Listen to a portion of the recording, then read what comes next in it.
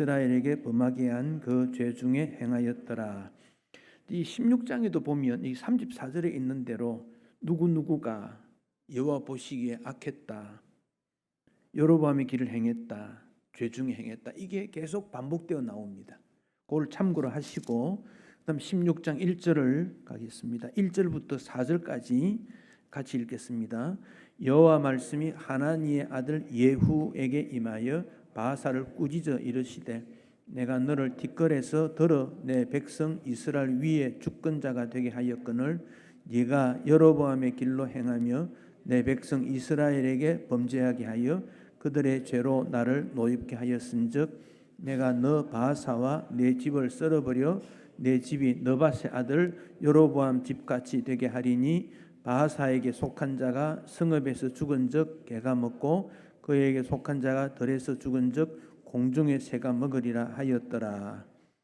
자, 그 다음에 어디 보시느냐 하면 9절 보십시다. 9절 10절을 읽겠습니다. 엘라가 디르사에서 왕궁 맡은 자 아르사 집에서 마시고 취할 때 그 신하 곧 병거 절반을 통솔한 지휘가 시므리가 왕을 모반하여 비머리가 들어가서 그를 쳐 죽이고 그를 대신하여 왕이 되니 곧 아사왕 제27년이라. 그 다음에 15절을 보십시다. 15절 유다의 아사왕 제27년에 시므리가 디르사에 7일 동안 왕이 되니라. 그때 백성들이 블레셋 사람에게 속한 기브돈을 향하여 진을 치고 있더니 18절을 봅니다. 18절 시므리가 성읍이 함락됨을 보고 왕궁 요새에 들어가서 왕궁에 불을 지르고 그 가운데 죽었으니 죽었습니다. 그 다음에 30절을 봅니다. 30절부터 마지막 절까지 오므리의 아들 아합이 그의 이전의 모든 사람보다 여호와 보시기에 악을 더욱 행하여 너밧의 아들 여로보암의 죄를 따라 행하는 것을 오히려 가볍게 여기며 시돈 사람의 왕 엣바알의 딸 이세벨을 아내를 삼고 가서 바알을 섬겨 예배하고 사마리아에 건축한 바알의 신전 안에 바알을 위하여 제단을 쌓으며 또 아세라 상을 만들었으니 그는 그 이전에 이스라엘 모든 왕보다 심히 이스라엘 하나님 여호와를 노하시게 하였더라. 그 시대에 베델 사람 히엘이 여리고를 건축하였는데 그가 그 터를 쌓을 때 아비람을 잃었고 그 성문을 세울 때 막내 아들 스굽을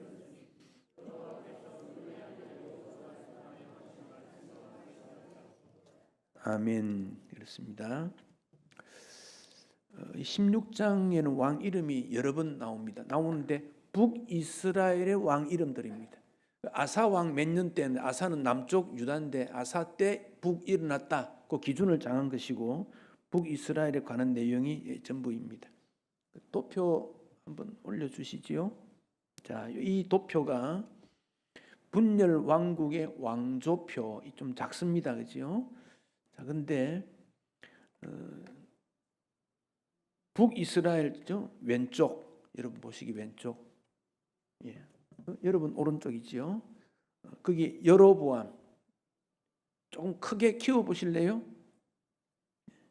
밑에 잘려도 괜찮으니까 위에 부분을 좀 크게 키워 보세요. 여로보암, 나답, 바사, 엘라 그리 나오는데 여로보암과 나답하고 밑에 푸른색으로 줄을 쭉 그었지요. 이것은 왕조가 바뀌었다 그런 말이에요.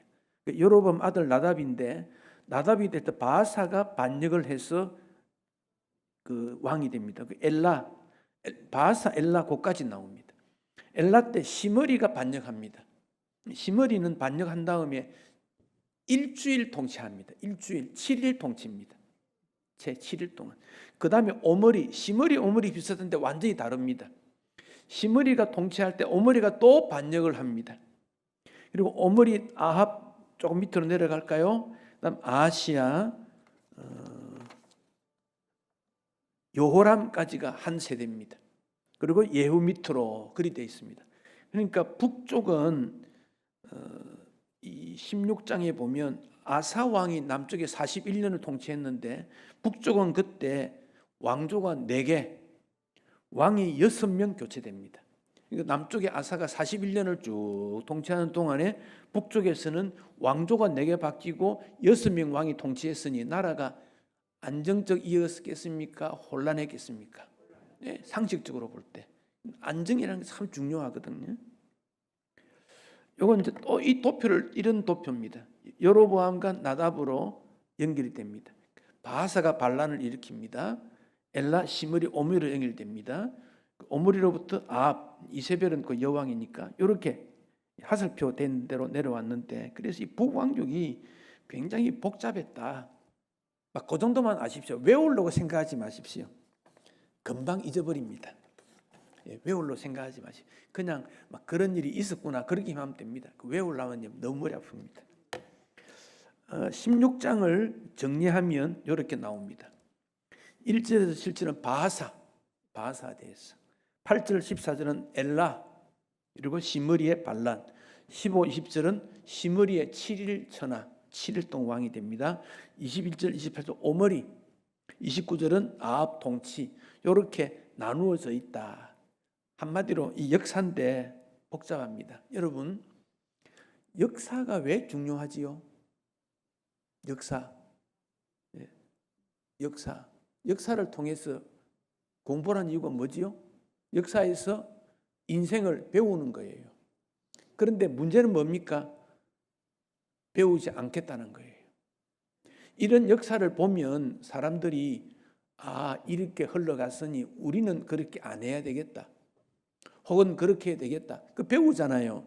그런데 인생은요, 그런 역사 속에서도 나는 안 배우겠다. 이게 인생의 문제점입니다. 자, 우리나라 정치도 보면요, 어느 대통령 때 이런 게 문제가 있었다. 그 후대가 다 평가합니다. 그럼 그 다음 사람은 어떻게 되지요? 그것을 배워야 됩니까? 안 배워야 됩니까? 그 사람이 잘못한 것은 안 배우고 잘한 건 배우고 그래야지요. 근데 그 다음 사람 어떻게 하느냐면 꼭 못된 것만 배워온다니까. 못된 것만. 그러면 역사가 어떻게 됩니까? 타락하게 되지.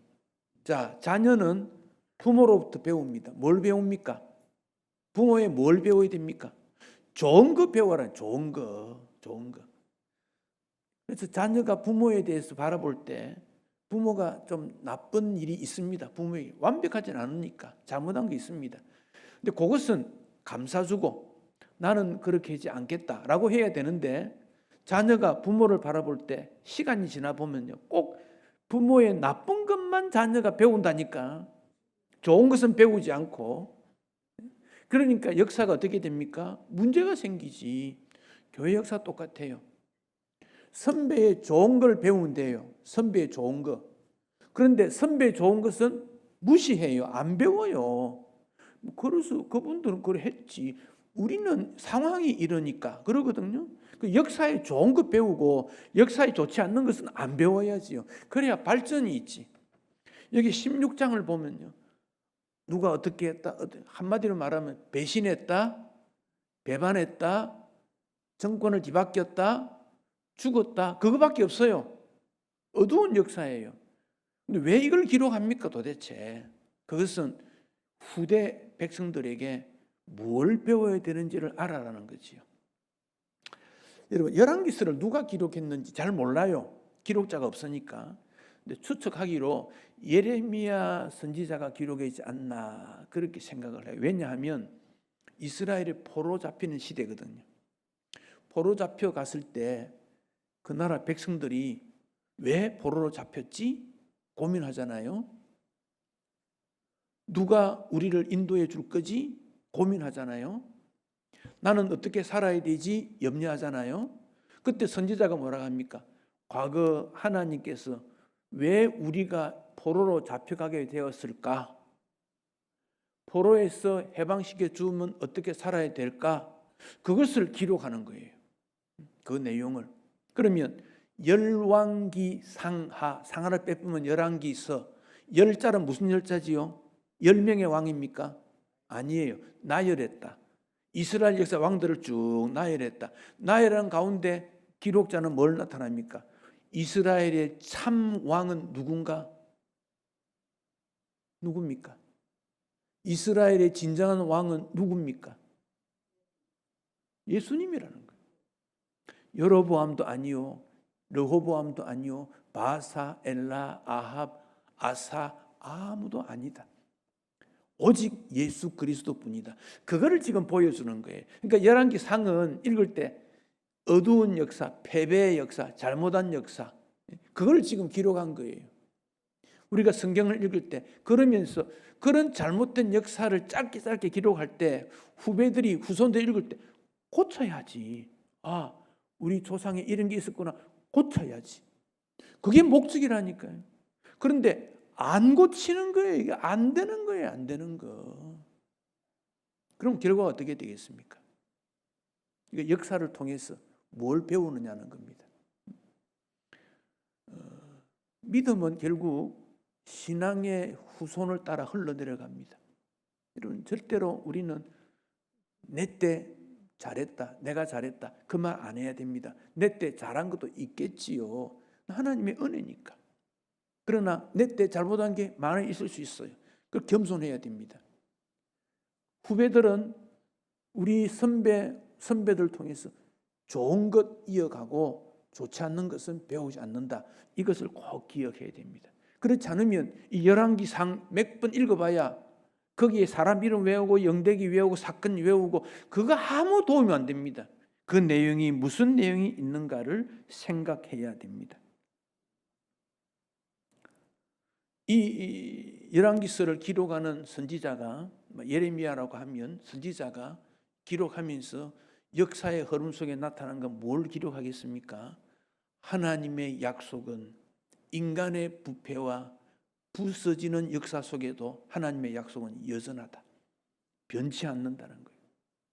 내가 너희를 구원해 주겠다. 은혜를 베풀어 주겠다. 그 약속은 결코 변치 않는다. 그 점을 보여주는 거예요. 저도 이제 서울에 있는 우리 고신의 역사를 제가 조금 정리하고 있습니다. 아무래도 이거 좀 해야 될 것 같다. 그래서 올해가 2000 몇 년도입니까? 70년 전에 경기 노예가 세워졌습니다. 그때 서울경자입니다. 70년 전에 언제입니까? 1953년입니다. 1953년 11월 달에 그리 됩니다.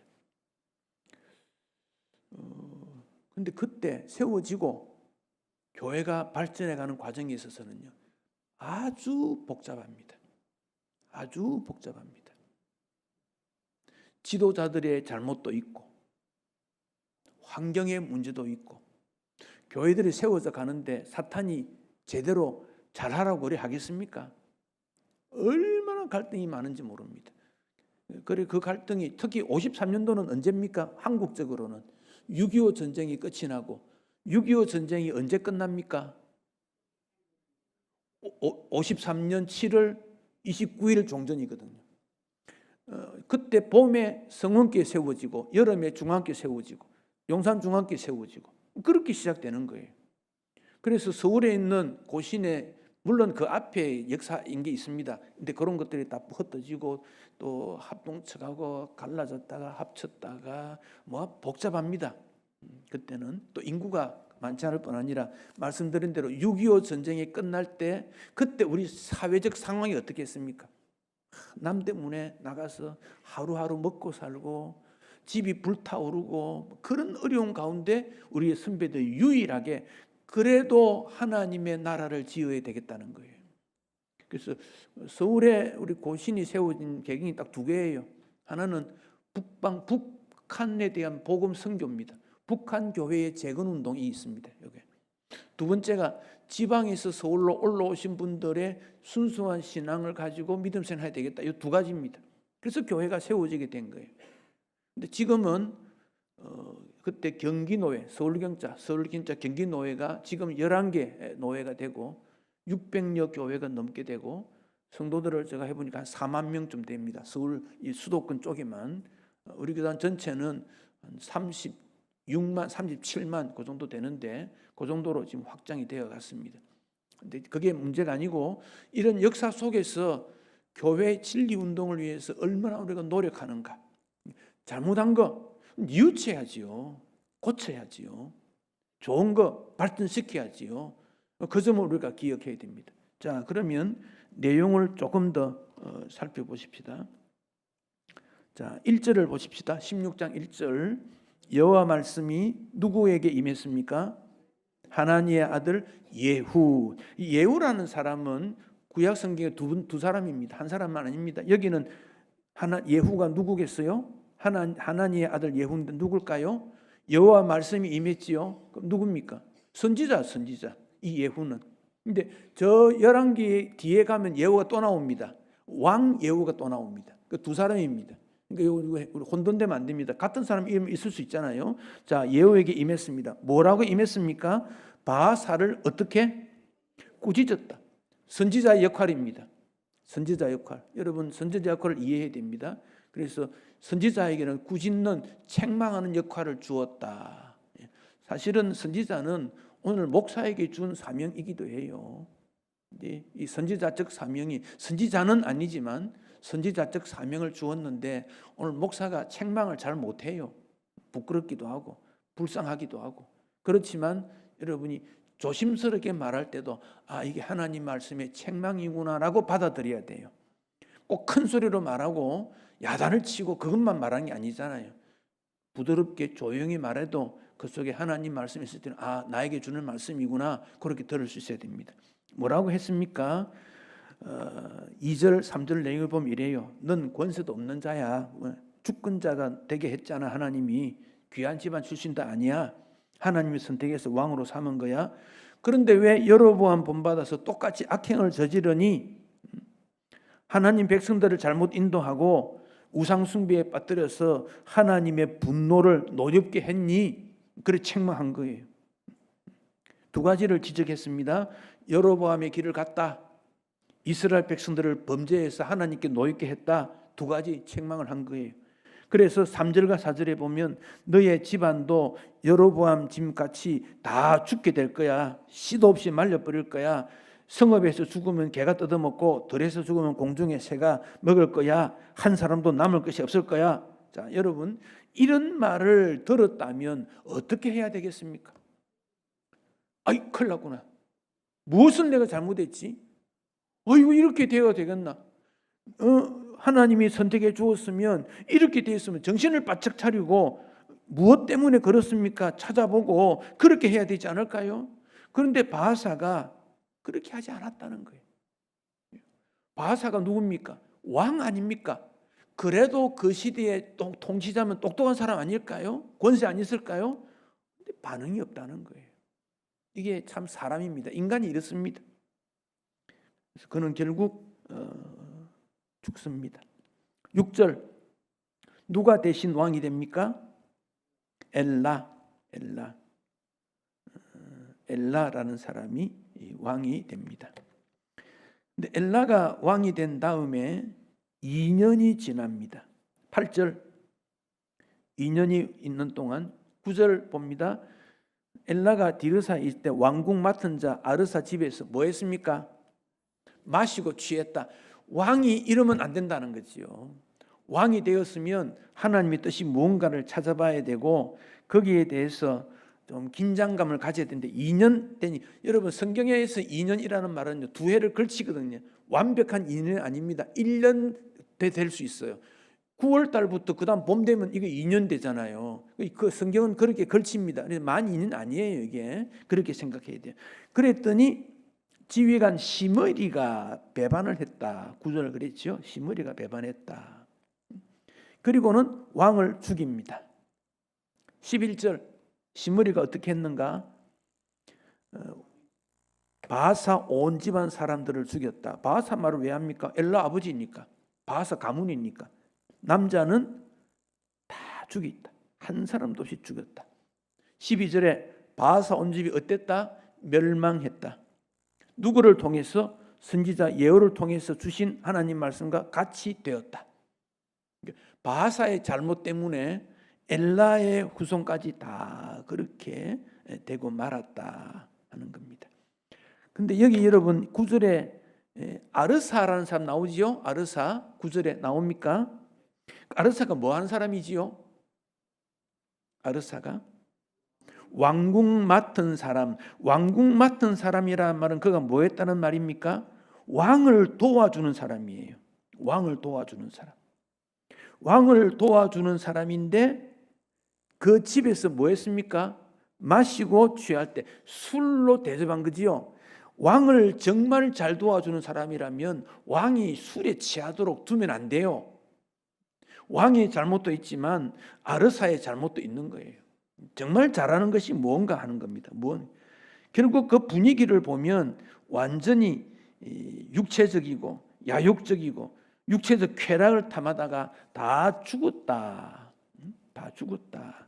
그런 점을 우리가 볼 수 있습니다.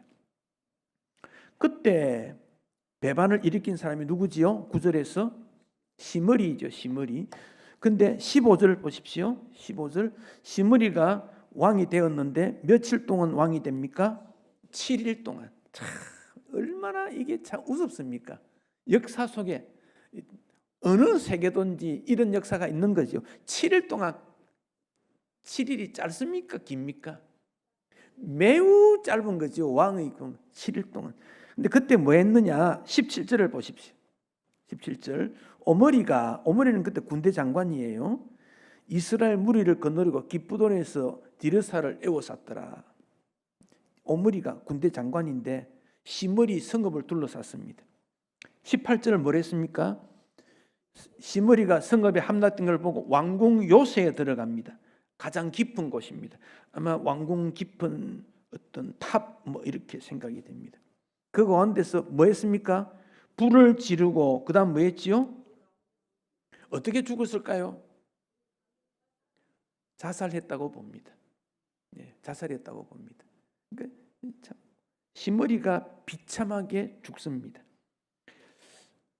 시므리 이 사람은 뜻이 나의 음악 혹은 나의 뜰 이런 뜻이라 그러는데 그가 어느 족속인지 아버지가 누군지 전혀 기록이 없습니다. 근데 시므리가 7일 동안 뭘 했을까요? 그는 시므리가 한 일은 엘라 왕을 죽이고 자기 죽고 그거밖에 한 게 없어요. 앞에 있는 왕 죽이고 나 죽고 성경에 그것만 딱 기록이 되어 있어요. 얼마나 이게 참 안타까운 일을 기록했는가. 자, 20절을 보십시다. 20절. 시므리의 남은 행위와 그다음 뭐라고 했습니까? 그가 반역한 일. 그래서 시므리는 역사가 뭐라고 그러냐면 그는 반역자다 그렇게 봅니다. 반역자 그렇게 봅니다. 21절을 보겠습니다. 그때 이스라엘 백성이 둘로 나뉘어졌다 그랬어요. 절반은 디브니를 따르고 절반은 오므리를 따랐다. 그러니까 시므리가 죽고 난 다음에 이스라엘이 혼란해가지고 두 팀이 나누어졌어요. 오므리는 여호와의 종이라는 뜻인데 디브니는 기나스의 아들이라고 21절에 나타나져 있습니다. 두 사람이 장군입니다. 싸웠어요. 얼마나 싸운지 아십니까? 4년 동안 싸웠습니다. 4년 동안. 왜냐하면 거기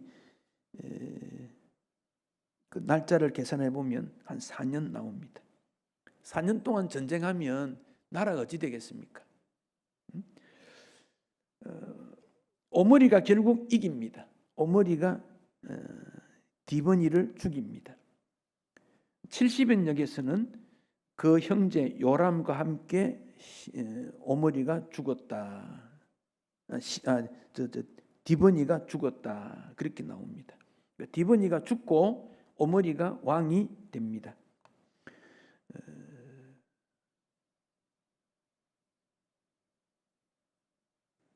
그리고 오므리가 왕이 된 지 23년에 몇 년 동안 왕이 되었지요? 12년 동안 그랬습니다. 맞습니까?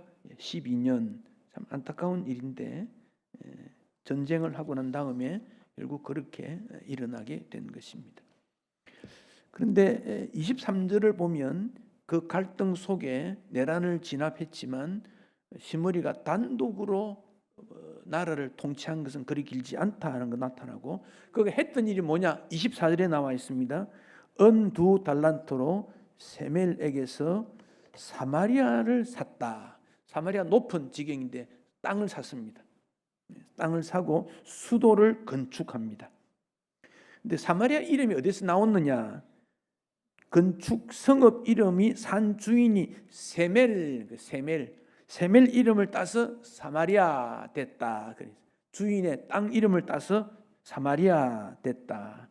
그건 이제 오므리가 했던 유일한 일이 그렇습니다. 그래서 이 사마리아 성을 짓는데 굉장히 힘을 많이 쓴 것 같아요. 그래서 아수르 사람들이 북이스라엘을 뭐라고 하냐면 오므리의 집이다 그리 불렀어요. 그래서 사마리아의 성을 건축하는 게 굉장히 힘들었다 그렇게 여겨집니다. 자, 25절 뭐라고 해놨습니까? 여호와 보시기에 어땠다? 악을 어떻게 행했습니까?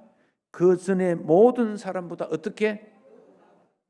여러분 신앙생활은 여호와 보시기에 선을 행하되 그 전에 모든 사람보다 더욱 선하게 행하여 요래야 되지요.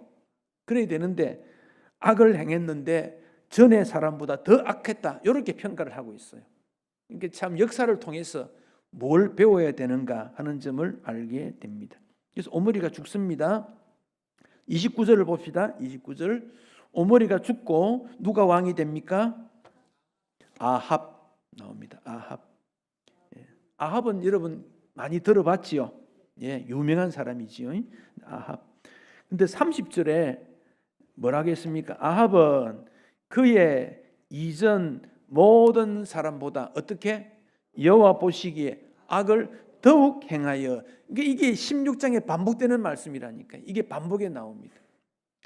여호와 보시기에 악을 더욱 행했다.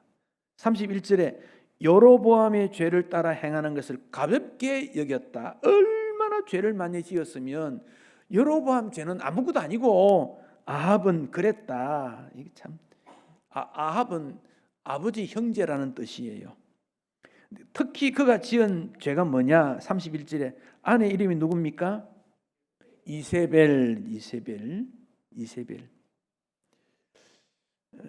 이세벨을 아내로 맞아들였고 아합은 바알의 아들로 행사하게 되고 이제 17장부터 누가 등장하느냐 하면 엘리야가 등장됩니다. 17장부터. 그래서 아합과 엘리야의 전쟁이 일어납니다. 아합과 엘리야 전쟁이 일어나게 됩니다. 이세벨 뜻은 고결한, 순결한 그런 뜻입니다. 근데 바알에게 대해서 집요하게 따라갔던 그런 사람입니다. 이제 17장부터 19장까지는 엘리야와 아합의 영적 전투가 일어납니다. 이렇게 악이 계속되니까 하나님께서 보실 때 이대로 두어서는 안 되겠다 생각한 거예요. 그래서 영적 전쟁이 일어나게 되어집니다. 자, 마지막으로 34절을 보겠습니다. 그 시대, 아합 시대지요. 어떤 일이 일어났는가? 누굽니까? 베델 사람 히엘이 뭐 했습니까? 여리고를 건축했다. 건축이면 재건축이에요. 여리고가 어떻게 무너졌지요? 여리고 어떻게 무너졌습니까? 누가 어느 시대입니까? 여호수아 시대. 그러니 또 여러분도 내가 안 무너뜨렸는데 그러지. 여호수아 때 누가 무너뜨렸습니까? 여호수아가 전쟁을 했습니까? 무기를 가지고 싸웠습니까? 뭐 포크레인 갖고 했습니까? 어떻게 무너졌습니까? 여리고 성이 하나님이 무너진 거 아닙니까? 하루에 한 바퀴 돌아라 그랬지 않습니까? 하루에 한 바퀴. 일곱째 날은 7바퀴. 그리고는 여호와의 칼이여 막 했더니 와르르 무너졌지요. 그 여리고가 왜 무너졌을까요? 하나님께서 무너뜨렸는데 왜 무너졌을까요? 여리고는 가나안에 들어가는 첫 번째 성이지요. 여리고는 우상 숭배의 최고 도시였거든요. 가장 부유했고 우상 숭배의 최고의 도시였기 때문에 이스라엘이 아니어도 하나님이 무너뜨렸을 거예요. 무너뜨리게 하고 여리고를 누구에게 줍니까? 이스라엘에게 준 거예요. 이스라엘은 전쟁을 통해 가나안 땅을 얻은 게 아닙니다. 어떻게 얻었습니까? 하나님의 은혜로 얻은 거지. 그러면서 여리고를 건축하면 안 된다 하나님이 그랬어요. 여호수아 6장에 보면 그러면서 여리고를 다시 세우면 맏아들이 죽고, 여리고를 터를 쌓으면 맏아들을 죽고, 그다음에 그 성문 세우면 막내 아들이 죽을 거다라고 여호수아 6장 26절에서 말씀하고 있습니다. 그러면 그 여호수아 말씀대로 계속 그대로 지켜 나온 거예요, 지금까지. 그런데 베델 사람 히엘이 여리고를 건축했다는 말은 그 하나님의 말씀을 인정한 겁니까? 안 한 겁니까? 무시한 거지요. 어떻게 여리고를 왜 지으려고 했을까요? 여리고가 무엇이 많았다고요? 우상 숭배가 많았다니까. 풍부했고 바알과 아세라를 섬기는 것을 여리고에 재건하자 그랬을 거라고 생각이 됩니다. 그러니까 여리고 세우는 거지. 하나님 말씀 무시하고 거기 세우면 바알을 세우고 아세라 세우고 이스라엘의 부자가 안 되겠느냐라는 거지요. 하나님은 왜 세우지 마라 그랬지요? 우상 숭배하면 안 된다는 거예요. 은혜로 준 땅을 왜 그렇게 하느냐는 거예요. 그래서 아들 죽는다 그랬습니다. 그러면 터를 쌓을 때 어찌 됐습니까? 맏아들 아비람을 잃었다. 여러분 무슨 일을 하는데 맏아들을 죽었습니다. 그럼 부모가 어찌해야 됩니까? 정신 차리든지 왜 죽었는지 원인을 찾든지 하나님께서 뭘 원하는지 찾아봐야 될 거 아니에요. 그런데 이 사람은 뭐라고 합니까? 그건 아들 사랑도 없는 것 같아. 대수롭게 여긴 거예요. 그러니까 성문 세울 때 터 닦고 난 다음에 나중에 성문 세운 거 아닙니까? 그때까지 반응이 없어요. 반응이 왕도 그렇고 히엘 사람 이 히엘 베들 아무 반응이 없고 막내 아들도 잃었다. 이게 여러분 인생입니다. 인생. 참 안타까운 일이지요. 아들이 누굽니까? 아버지에게 아버지의 생명보다 귀한 게 아들 아닙니까? 여러분 그렇게 생각 안 합니까? 여러분 딸이 엄마의 생명보다 중요 안 합니까? 중요합니다. 그런데 거기에 대한 관심이 없다니까. 그렇게 사랑하는 아들, 딸의 지금 신앙생활이나 삶의 모습에 대해서 관심을 가지고 하나님 앞에 은혜를 구하고 하나님 매달려야 되지 않겠어요? 그런데 이 사람들은 그런 데 관심 없어요. 권력 욕심만 있고 우리만 잘 살면 되는 거지. 이거 오늘날과 전혀 다르지 않는 그런 모습 아니겠습니까? 전혀 관심 없어요. 뭘 하든지. 자녀가 그날 어디서 뭘 했는지, 무슨 생활을 했는지, 신앙생활 잘하는지 아무 관심 없어요. 지는 지 생애, 나는 내 생애. 그런 데 있는 거예요. 그래가지고 하나님 앞에 믿음의 은혜를 축복을 받겠습니까? 우리가 열왕기서에서 나타난 내용인 거 아닙니까? 만약에 여기 있는 왕 누구라도 왕이 되었을 때 왜 하나님이 나를 왕으로 세웠지? 조금만 생각하면 우상 숭배 이거 안 해야 되겠다. 노력이라도 해야지. 왕 아닙니까? 노력이라도 해야지. 백성들에게 잘못한 것을 지적하고 고쳐 나가야지. 그런데 왕들이 전혀 거기에 관심 없습니다. 이제 우리가 9월 말 벌써 들어와서 또 우리가 한 해를 또 돌아보고 또 새해를 준비하는 그런 일들을 하게 됩니다. 조직 행정 중요합니다만은 조직 행정보다 중요한 것은 성도들을 어떻게 영적으로 관리하고 도우며 살릴 수 있게 할 것인가. 그래서 우리 젊은이들이 교회 행정에 관심을 갖고 시행착오를 통해서 섬길 수 있어야 됩니다. 섬기다 보면 잘못하면 또 선배들이 수정해 주면 돼요. 격려해서. 잘하면 그 성공 사례를 가지고 계속 섬길 수 있어요. 그래서 젊은이들이 교회 행정에 들어오고 또 나이가 드신 노련한 분들은 성도들의 영적 관리를 어떻게 할 것인가 거기에 관심을 둬야 돼요. 지금 우리 사회의 여러 가지 문제점이 무엇입니까? 세대 간의 갈등이거든요. 부모 세대와 자녀 세대가 쭉 벌어졌어요. 시소 같아요. 하나를 강조하면 하나가 붕 꺼져버리고 어디에 초점을 맞지 몰라요. 그래서 부모의 영적인 삶을 자녀들에게 혹은 젊은이들에게 한마디 조언하고 격려하고 도와주고 그래야 교회가 전체적으로 성장합니다. 전체적으로 균형이라는 겁니다. 균형. 그래서 우리가 교회를 어떻게 섬겨야 될 것인가를 유심히 살펴야 되고 함께 섬기고 서로 섬겨야 되고 격려해야 되고 존경해야 되고 로마서 12장 14절에 형제 사랑하고 우애하기를 서로 먼저 하고 존경하기를 먼저 해야 된다. 그게 교회거든요. 나이를 초월하고 환경을 초월하고 주의 뜻이 무엇인지를 분별할 수 있도록 해야 된다. 그래서 부모의 마음에는요, 자녀들이 잘 되기를 바라는 마음이 모두에게 있어요. 그래서 자녀들이 잘 되도록 격려하고 믿음 생활도 앞서할 수 있도록 앞세워야 돼요. 자꾸 앞세워야 돼요. 저는 생각에 세례받은 중학생 이상은 찬양대원 얼마든지 할 수 있다고 생각합니다. 고등학생쯤 되면 교사할 수 있다고 생각합니다. 신앙 고백을 분명히 할 수 있도록 가르치고 젊을 때부터 가르쳐서 일꾼들을 길러내어야 교회 전체가 성장하게 됩니다. 또 나는 가르치는 기술이나 능력은 부족해도 유치부를 사랑하고 초등부를 사랑하고 청년부 사랑하면 거기 모임에 들어가서 하나님 앞에 은혜를 구하고 기도하고 주께서 복을 주시도록 그렇게 기도하고 후원해야 됩니다. 그러면 주님이 복 주시는 거지요. 우리가 잘하게 하는 능력이 없어요. 잘되게 능력이 없어요. 은혜를 구하는 거 그것밖에는 할 게 없습니다. 그래야 역사가 발전적이지요. 흘러가지요. 하나님은 때를 따라 사람을 세웁니다. 왕들을 세웠고 열왕기서에 선지자들을 세웁니다. 그들을 통해 메시지를 줍니다. 받아들여서 그 말씀대로 이루면 성공하게 됩니다. 우리 사회가 변화되어야 되고 온 세계가 하나님 중심으로 변화되는 때가 왔습니다. 그런데 우리가 영적으로 그렇지 못하다는 겁니다. 다시 한번 우리에게 영적 긴장감을 가지고 주님 앞에 서야 되는 그 모습 기억하셔야 되겠습니다.